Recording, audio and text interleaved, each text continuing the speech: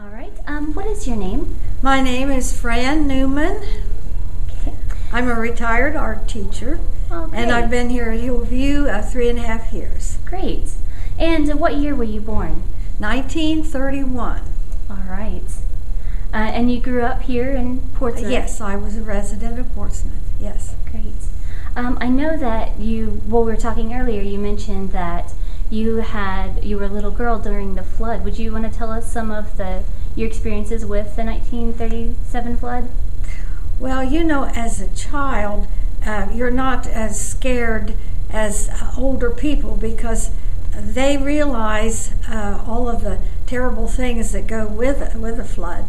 And 6th Street was the last street to get water. The water came in from Front Street, 2nd Street, from 10th Street, and 6th Street evidently was the high point. And my stepfather was Dr. William A. Ray, and he said, oh, the water never will get in the house because 6th Street is the high point. Well, the water did get in the house, and he stacked all of his books on his surgical table. The water lifted up the surgical table and turned it over. So I would say the water was probably 8 feet in our house, and we were upstairs.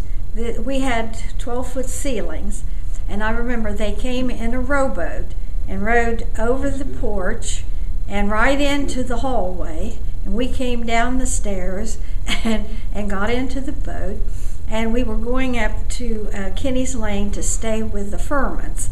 That was the Furmans that had Furman's Orchard later. And Pete Furman was my age at the time. And when we got up to Kinney's Lane, I could see the cross arms on the railroad tracks, so you know how high the water was. Now, I wasn't afraid, but my mother couldn't swim, and she was scared to death. So it was kind of a scary situation. And all the water and everything had been turned off, even on the hilltop area. But we had the Kinney Spring, and everyone went down to the spring with jugs to get drinking water. And I remember we were there at the Furmans for approximately a week. The Furmans were related to Dr. Ray, or at least Ferry Furman was, and that was the reason that's where we were staying, in that beautiful big house. So it was kind of, for a kid 5.5 years old, it was kind of fun. But for the adults, they knew what they were in for, because after we went back to the house, you had all of that flood mud, and when I think when they pumped out our basement, there were 4 row houses next to our house. It pumped out all of their basements too. So there must have been some kind of a connection between all of the basements. And they decided to send me to my grandparents in South Webster because there wasn't really much that I could do to help out.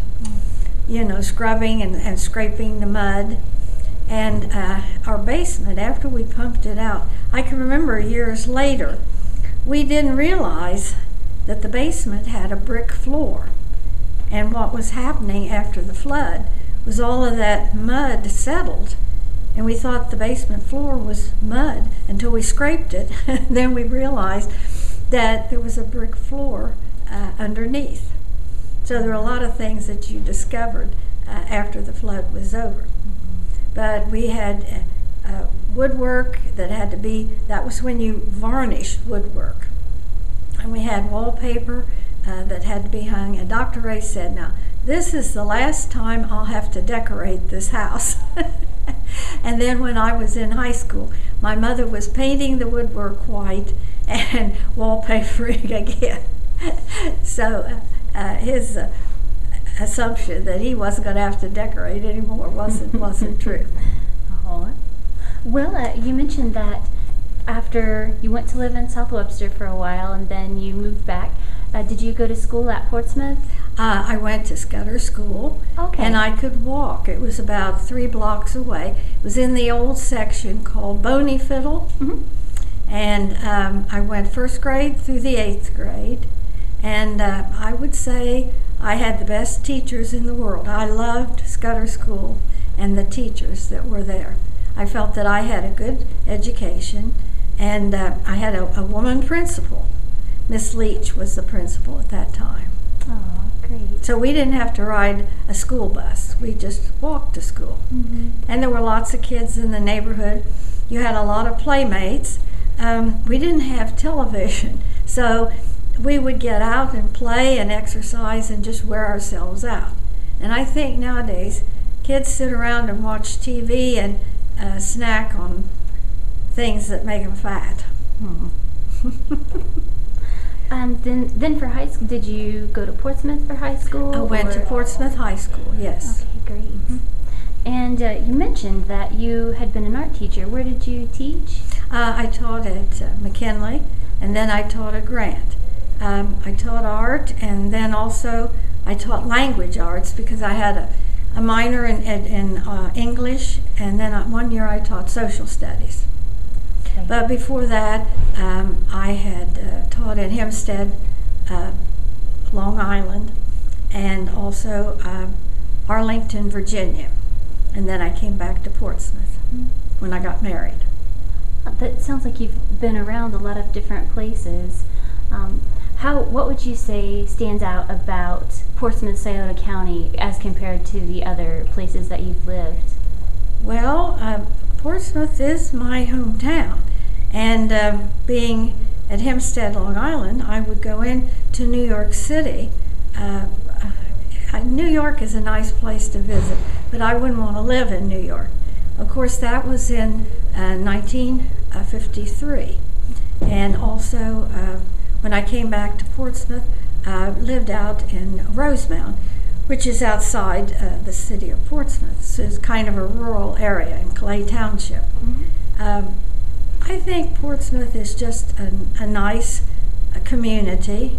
I wouldn't want to live in a big city.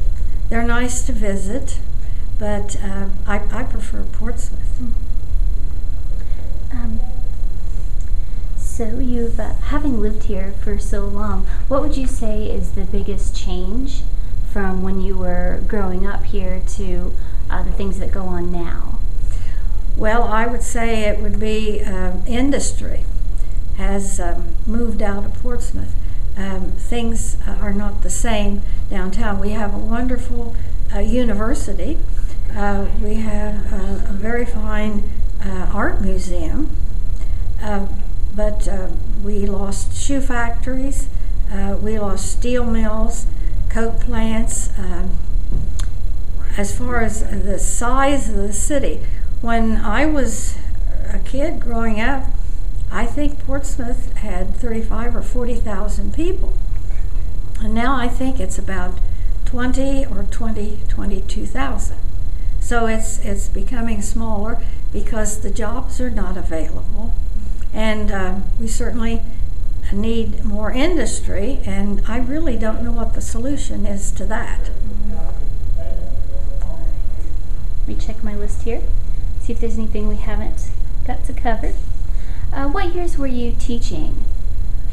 I taught at Clay High School in the 50s and 60s, and I think in 1968 I went back to Ohio University to get a master's degree in art education, and I was teaching then in the city. I was teaching at McKinley.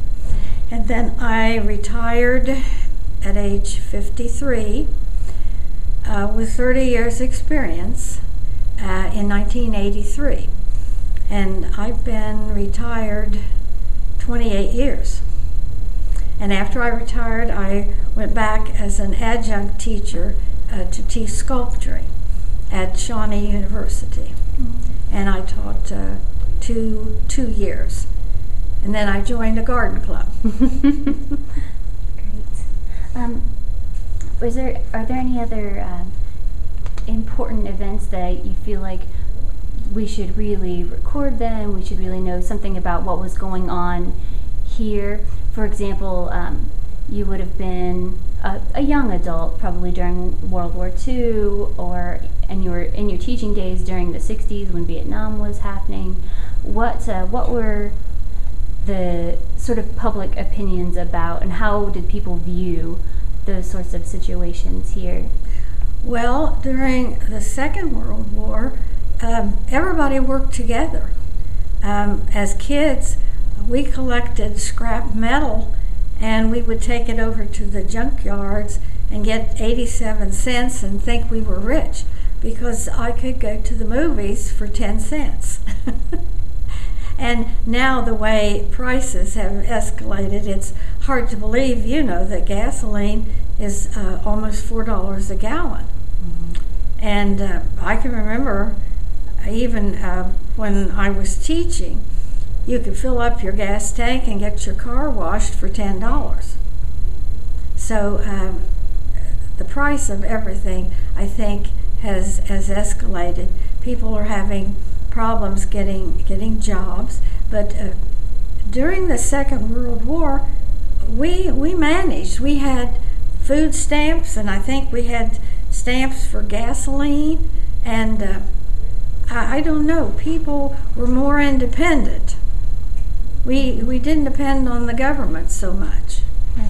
And we all managed. Well, we're going to be keeping these tapes. They'll be available at the local history department at the downtown branch of the library.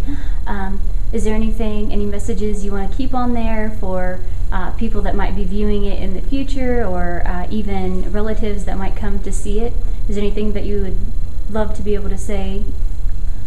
Leave a message you want to leave for them or something like that? I've been to the history department several times in regard to genealogy. Mm-hmm. I was looking up a relative who had lived in South Webster, and I did find the lady.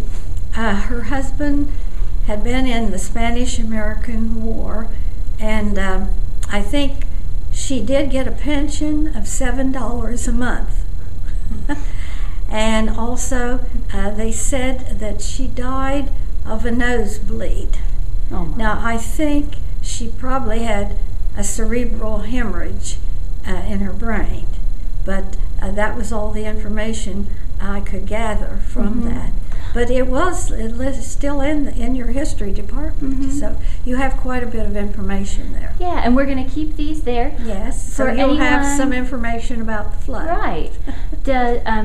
For anyone that might be viewing that, is there any advice you want to give to anyone who might possibly watch this someday? Well, no, just go and look and see what you can search and find out about the 37 flood. Now, I don't think we can have any more floods, although several months ago they talked about closing the floodgates, because after the flood, a company by the name of Draveau came in and built the big flood wall. And I forget how much it cost, but today we have a flood wall that has been in existence, I think, probably several years after our 37 flood. It was shortly after that they built the new flood wall. And I do remember that the Red Cross came around and asked people how much they had lost and what they needed to repair their house and home. And the Red Cross did give people money to buy new carpeting and paint and everything, even in our neighborhood. And our neighborhood was called Doctors Row because there were 6 doctors on 6th Street. And even the doctors received money from the Red Cross in order to repair their home. Oh, wow.